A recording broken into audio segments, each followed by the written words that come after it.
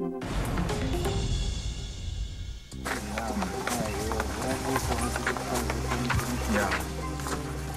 I want to know why these people are doing this. Why are they putting themselves and their children in danger?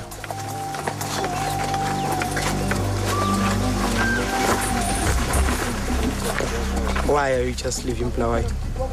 I'm going to search for a job. Huh? Search for a job. I don't want to go back to Sitja. I want to go to South Africa. You don't have money.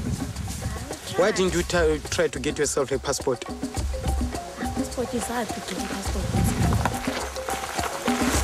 Why did you leave Zimbabwe? Because things are not well, they're tough. Why didn't you try to get yourself a passport? I tried, I applied one, I've got a seat. I'm still waiting for it to come. Were you working in Zimbabwe? I was working, but now I'm no longer working. Okay, tell me, how does it feel about to be here, this thing of crossing the river, the fence? Of course, it's not easy, because you're risking your life, but there's nothing that you can do, because you're trying to earn a living. You're going to South Africa, because here in Zimbabwe, our inflation is going down every day.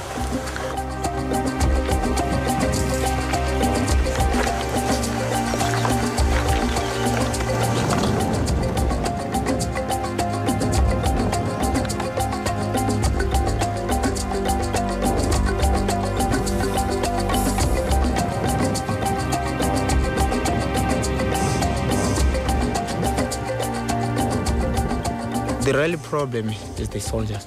Sometimes they can even quote you the time when you're trying to open.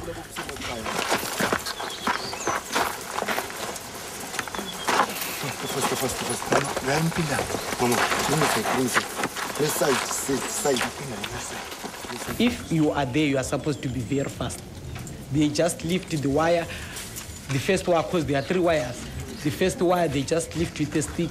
You go through all of you, the other, and they open the third, and the second and the third wire, just like that. We are now on the South African side. Here it is even more dangerous. They are armed amakumakuma and soldiers.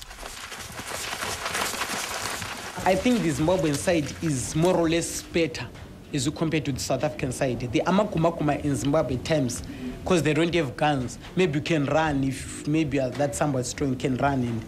But on the South African side, they've got guns and they are so wild. Those who stay in the bush in South Africa, we don't have to negotiate with them because they are dangerous. They've got guns. Irene, how many kilometers do you think you've walked? 30 kilometers. 30 kilometers. So are you not exhausted? Keep on walking. Hungry? I'm not really, but I'm tired. You're just tired? I am tired for the journey is long. How many kilometers do you think you've walked? I think I walk only 40 kilometers.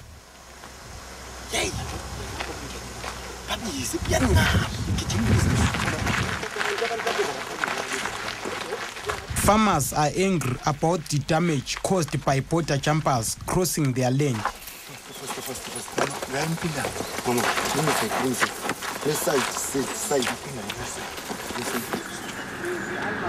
Dean Warren has a game farm close to the Limpopo River. He says the situation is out of control. Under here you can see they've taken bags. This is obviously where they've pushed all their bags and their belongings underneath. And then just behind you over there is where they've cut and climbed through. This is one of the, this is not the strongest fence in the country, but nonetheless on a daily basis we're repairing them.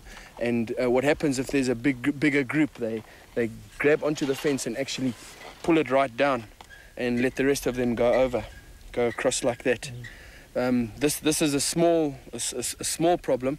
In most cases, they will cut out an entire section, depending on how many people and how fast they're wanting to move. They're meeting taxis on the main road, which from here, as the crow flies, is probably 2.5 kilometers. If there's a hole the size of what was cut here, they'll go through very easily. And a lot of our animals are crawlers. They don't jump over fences, they crawl underneath fences. So the smallest hole in your fence you're going to lose an oryx or a gemsbok, as is otherwise known as. And those are expensive species, and those are the species that we try and look after and keep them enclosed. And on a daily basis, we're repairing holes here, and how many animals have gone through here, you never know. You always see tracks that side and this side. So whether they come from his to mine or mine to his, one never knows. But the fact remains is that we're losing animals. These guys are cutting my water pipes daily and nightly. We fix it in the morning, it's cut in the afternoon. We fix it in the afternoon, it's cut at night. 3 days before. Dean and Josie point out where a woman and her child died. That woman was here, dead, and the baby. They say the baby was 2 years old. The sad part about it is that the mother died and the baby sat with the dead mother for 2-3 days before the baby transpired.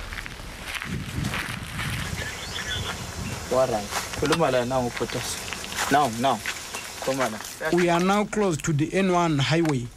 Taxi drivers called Umalaicha will pick us up here. Svelan and Ronald try to arrange a pickup.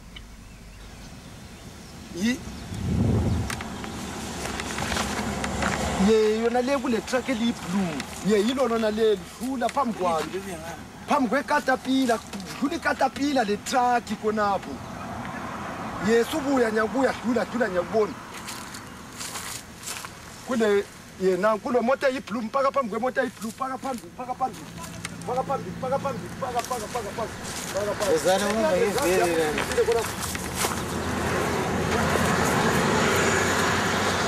Wana uma ngivele, ungangeni ngivele ungangeni. Ingene kakhulu.